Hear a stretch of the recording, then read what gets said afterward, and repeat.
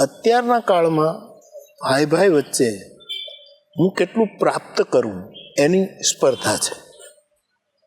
એને સ્વીકારીએ, આપણે ના નથી પાડતા, પણ એ ભાઈઓની જોડી, એ પરસ્પર પરમ પ્રેમ, એ મને કેટલું મળે એની સ્પર્ધામાં નહોતું.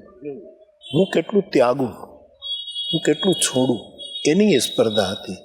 અને રાજ્ય સિંહાસન ઉપર પાદુકા પધરાવી અને પાદુકા જ આ બધો વહીવટ કરે ને હું એના પ્રતિનિધિ. આના ઉપરથી જ આપણને બધાને ખબર છે કે વિશ્વવંત ગાંધી બાપુને ટ્રસ્ટીશીપનો વિચાર આવ્યો અને એમણે ટ્રસ્ટીશીપનો વિચાર મૂક્યો. એટલે આ એક બહુ પદ નહીં, પાદુકા. આ દેશ પદ કામ ચલાવશે. આજે કોઈ હોય, કાલે કોણ હોય ખબર નથી, પણ પાદુકા કાયમ છે.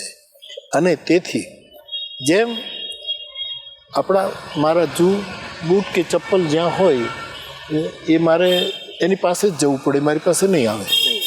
તો પાદુકા એમ કહે છે કે જેની પાસે પગ હશે એ મારી પાસે આવશે.